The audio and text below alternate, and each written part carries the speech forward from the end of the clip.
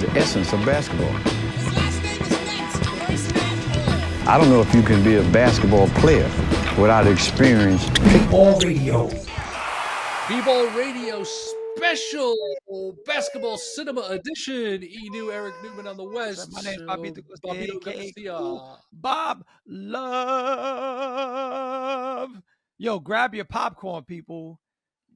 Don't spend too much money on the concession stands because it's kind of expensive. But today, B-Ball Radio is taking a seat in the balcony. Not a multiplex, but the hugest theater you can imagine. We're sitting in the last row, and we're going to talk about film. What do you think, Eric? You like the setup? I like the setup except last row on the balcony. If I'm in the balcony, I'm first row on the balcony. I'm getting there early. The Newman family got to the movie theater before anybody else. You talk about minutes. You talk about minutes from my childhood. Ooh. I wish I could have had back. Yeah, let's get to the theater 45 minutes before the film starts. You're catching the end of the showing before if you get that early. You know, and you know that 12 to 15-year-old age where you don't really have much to talk about with your parents. Yeah, and you're just sitting there waiting for the film eating to start. Popcorn, getting your fingers buttery. Licking the salt. We were a popcorn at home family, not a concessions family. Gotcha. But I'm so excited to be delving into these conversations with you because obviously part of our motivation for starting this show is because we're both storytellers of the game. We love the game on so many levels, and we have told from, I guess, what people tell us, some really impactful stories, both through the cinematic lens and you, of course, as an author as well, which is hopefully going to rub off on me at some point soon. So there you go. From a basketball cinema standpoint, you know, we were kind of talking about, okay, how do we want to approach this? And through just riffing, you know, I started to talk about Hoosiers.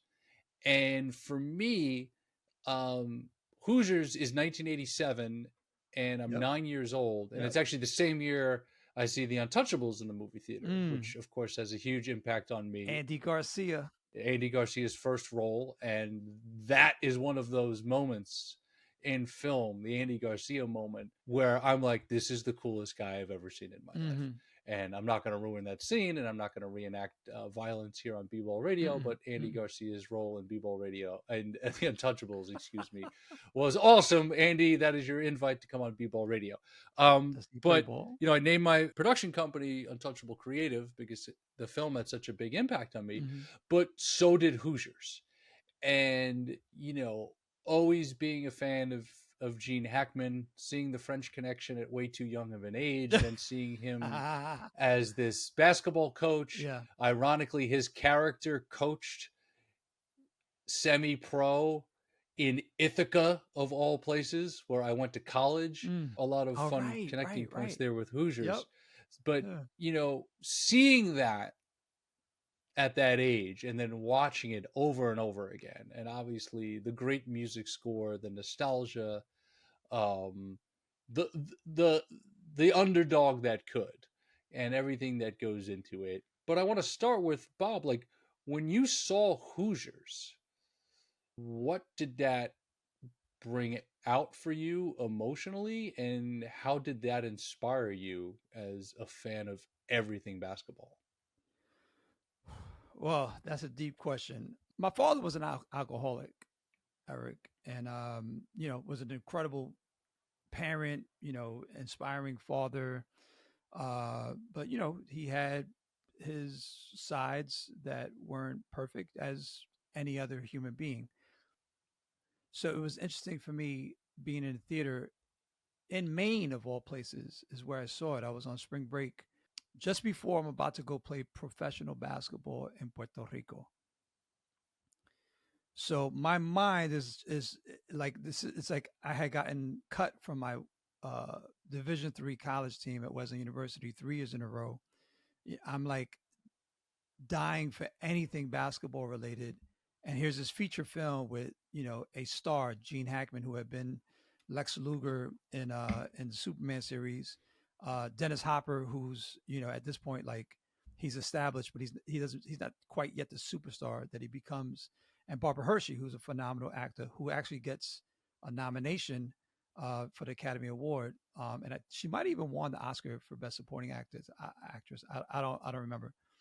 But Hoosiers blows me away to the point where I start crying in the theater because I can identify with the player on the team who is embarrassed when his father shows up to a game intoxicated.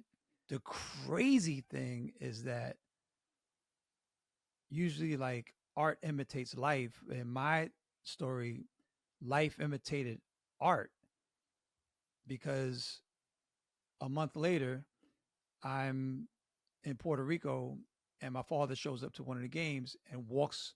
He doesn't walk onto the court, but he walks right behind the bench and he's intoxicated and he's yelling at me because he's so proud, but he's interrupting the coach, talking to me. So it's like, Wow. that film is so special to me. I can't even overstate or understate or whatever the exact word is. But aside from that, let's talk about the context where it's a film depicting this tiny high school of like 50 boys or 60 boys, which is based on a true life story of this team in Indiana that wins the state championship before they start breaking up into divisions, which most states do, like, have category A, category quadruple A, whatever.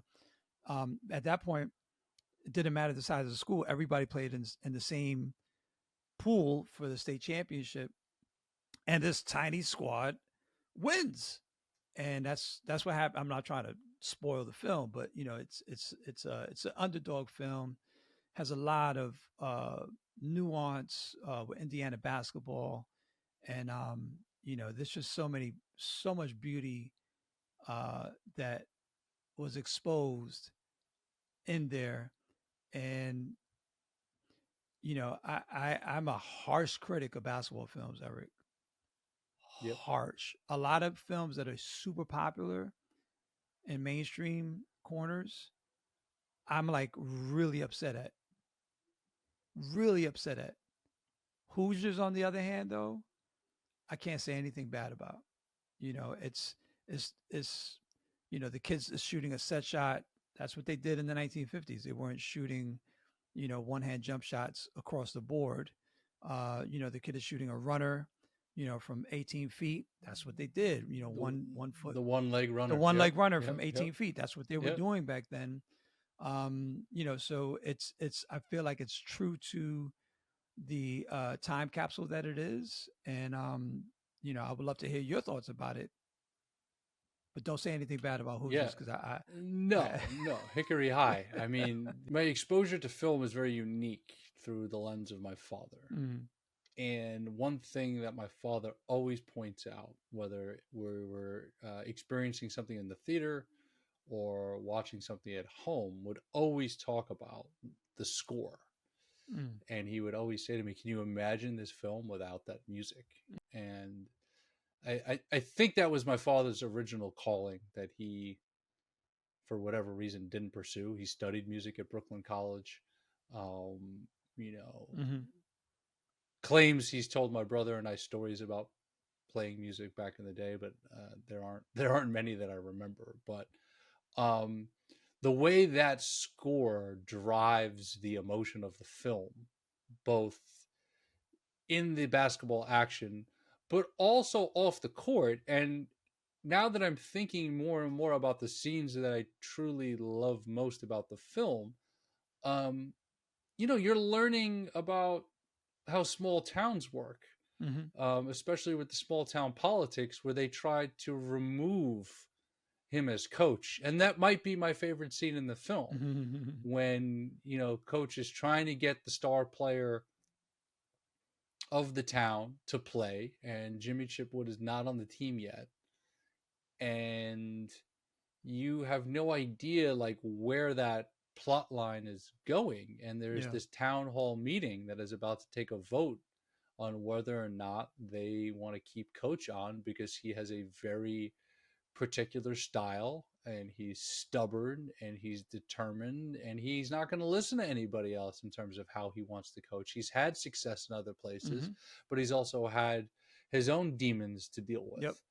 And the moment where Jimmy walks into that meeting, Yep. I love that. and scene. all the people in that town are so excited to see him. So they think, oh, coach is going to be out and we get our star player back. And then I think it's one of the most underrated mic drops in any film where he walks up to the microphone and says, you know, I've decided to play this season. And everyone starts clapping under one condition. Coach stays, I play. Coach goes, I go. Yeah. And just boom. And that moment really just says a lot. Yeah. And it says a lot about camaraderie. It says a lot about belief. And it says a lot about the power of the game. It really does. And then, you know, I always, you know, for better or worse, obviously, you know this, and you know, we laugh when I talk about, you know, the French Connection and Jaws, seeing those films way too young, and the Untouchables, and seeing violence. But like that scene where there's the fight on the court and they're slammed into the trophy case, like that is an intense, very well done scene. Yep. That makes for great cinema. And then obviously, you know, the moments of the picket fence and putting 4 guys on the floor and to prove a point. And, you know, every group of friends who loves Hoosiers will, you know, at some point, you know, coach, or the ref says, coach, you need a 5th guy. And he looks up and he says, my team's on the floor. Yeah. Like Yeah. that stuff is cinema gold. So those are some of the things that really resonate with me about the film. And obviously there's been retrospectives about Hoosiers, and I think 2017 for the 30 year, there was a lot of stuff out there, but you know, it's a beautiful film that resonates with both of us, I think, in unique ways. Absolutely. And you know, there's I've purchased a number of VHSs, you know, DVDs when that became the format. I've taped documentaries off of television when that was a thing, you know, before DVR and everything. And I've let go of my collection. It's at Cornell University. My basketball archives is now in the hip hop archives of Cornell University. That includes my photography, my notes for doing. I don't think you told me that. Yeah. That happened recently, and it will be available for study, not just for the students of the institution, but you know, worldwide. You know, eventually everything will be scanned online. That's incredible. I did not let go of my Hoosiers DVD. I did not let go of my VHS of One-on-One with Robbie Benson and Annette O'Toole. We could talk about that in another episode. But Hoosiers, to me, is just an epic film where, as a ball player, I felt like I was on the floor. And there's a lot of films that come out that like lose me in the first few minutes. Opening scene, I'm like, the actor can't play ball. Or the opening scene, they took a jump shot and then the classic like cutaway, and then opposite angle, you see the ball going through the hoop. It's like, why did you do a cutaway? Why didn't the actor can't hit a jump shot in 30 tries? Like, you know, I always thought that it was like super corny. So like I have a lot of opposition to like a ton of titles, but Hoosiers to me is like practically perfect. And then you talk about the score. Like I think about when Hackman shows up to Dennis Hopper's crib, you know, to talk to him, and you hear that you know, but you can hear like the birds in the background. It's just like there's a lot of nuance in that film. It's really subtle, you know, really subtle. Yep. Gives you the sense of what it's like to be in Indiana, be in the country, be in a small town, be on a court, the, the the intensity of like a state tournament, when he goes out, shows up, they show up to the championship venue, and he's like, measure the rim. He's like, it's 10, Yep. it's 10 feet, just like the one we have in our gym. No different. It's like, it's just it's just like cinematic jewels, top and bottom, top and bottom. Yeah. I love My and senior and I year love of I love I love the Jimmy Chitwood scene where it's one shot, no cutaways, and Jimmy hits like maybe like 8 or 9 consecutive 15-footers on a dirt yeah. court. Oh yeah, just You know, solo. to Yeah, me, love that scene. that's like a big departure cinematically from anything prior, because what we're used to seeing is cutaways, Right. cutaways, cutaways, and I Right.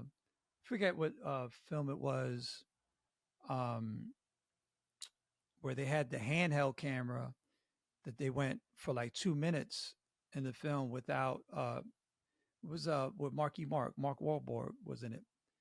The disco. Oh, Basketball Diaries. Nah, not that one. That was No. Leonardo DiCaprio. Another horrible film. Um, You're great book. talking about a basketball film? Nah. Talking about Like a basketball film? disco movie with Mark Wahlberg. Oh, it's Boogie Nights. Boogie It's the Nights. party Yeah, scene. that they had it's brilliant. a It's absolutely huge brilliant. cinematic jump where there's a handheld camera and Yes. they're going through the doors of the rooms, and there's It's one of the greatest sequences in cinema ever captured. Right. Is that So in Boogie Nights? Jimmy Chitwood shooting on that dirt court might very well be the longest that I had seen at that point, and I don't know of a unedited, uncut scene, one shot, while there's actual field goals being attempted. So anyway, Yeah, that's a great call out. thank you. I was going to say, I like, don't know that anybody's going to prove me the- wrong on that. No, and I don't want to go down the rabbit hole of the great directors who have so artfully mastered not cutting the camera. Mm. There are many Hitchcock moments. Scorsese in Goodfellas, where Leota and Lorraine Bracco walk into the Copa through the kitchen, the back way, and eventually get their table on the floor. That is all continuous, and obviously had an impact on what Paul Thomas Anderson did 5 years later with Boogie Nights. 5-6 years later, the state tournament scene in Hoosiers, 8-9 years later, I'm a senior in high school. I have this really special experience with my childhood friends, and we're in the Nassau County playoffs, and I always envisioned having an experience like that. And we had a great year, and we were conference champs, and we were a 3 seed out of 16. Unfortunately, we were upset in the quarterfinals and never had that big moment like they did in Hoosiers. But that was always the dream. That was always the vision, and that was always something where, as a coach, when I would walk into larger venues, I would always play that scene in my head. It was always such great nostalgia. But I don't want to gloss over what you shared about Cornell. That is fascinating, and the fact that Cornell is in the same college town where I went, and the first place I worked after graduating Ithaca College, where I was broadcasting games when Steve Donahue was the coach. Like, we need to discuss a joint something up there with our collective works in doing something with students. That is an incredible, you are so modest, it's painful sometimes. That is an incredible thing, that your works and archives are going to be digitized and studied and live there. That is truly will be remarkable, neighbors with friend. the Gettysburg Address. Wow. Just straight up, You they'll be in mean the same. the Gettysburg Address will be neighbors with you. I don't know about that. Yeah. That's awesome. Thank you, Eric. That's awesome. Thank you, man. Well, thank you for bringing up Hoosiers, man. Yes. Those are good memories for me. You know, I was in spring break at Wesleyan University, visiting a friend in Maine. Had never been up there. You know, went to this tiny little theater. I think we were the only two people in the whole at the showing. Oh wow. Yeah, like just straight up. You know, I don't know. Portland is. I don't know how much of a basketball town it is, but for me, it was like Hoosiers. Like at the first moment I had a chance to see it, I want to be there. But yeah, that movie still resonates with me all these years later, and will always. So after seeing Hoosiers, how many times in your basketball workouts did you try to imitate Jimmy and just beat the buzzer with that jumper just off the top of the key in the elbow? Yeah, I mean, you know, honestly, I always sort of ever since I dedicated my life to basketball, I sound like like an evangelist. I was always imagining defenders, game situations, you know, from age 14 and on. So I'm going back to like 1980, 81, and certainly, you know, counting down in my head or out loud, 3, 2, 1. I used to, you know, there's a coach's rule, right? That you learn when you're young, you can't leave the park unless you hit your last shot, right? And so what I used to do was like, I can't leave the park until I hit my last shot as a buzzer beater. So I would be like, 3, 2, 1, until I hit it. Okay, now I could leave, you know, to put like a little added pressure. But that helped me when I was playing high school, college, and then eventually summer tournaments in New York and winter leagues and all that stuff. Like I actually had a decent percentage shooting the ball with the game on the line, you know, or leading into the half or whatever it was, you know. I welcomed that pressure. So yeah, anyway. Love it. Yeah, man. Love it. Hoosiers, 1987. Gene Hackman, Barbara Hershey, Dennis Hopper. Yeah, and I think that the real school was Milan, that it was based on. You said it was Hickory High in the film, but it's Hickory in the film. But I think in the real story is Milan High School, 1951, if I'm not mistaken.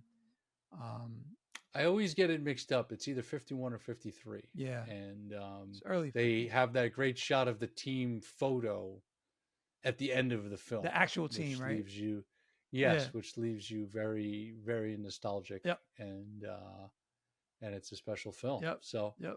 Basketball Cinema here on B-Ball Radio. Appreciate you tuning in. For Bobbito Garcia, this is new Eric Newman. Follow, share, spread the love. Thanks to the team. The only place you're going to get it. B-Ball Cinema, B-Ball Radio. Boom. Boom. B-Ball Radio.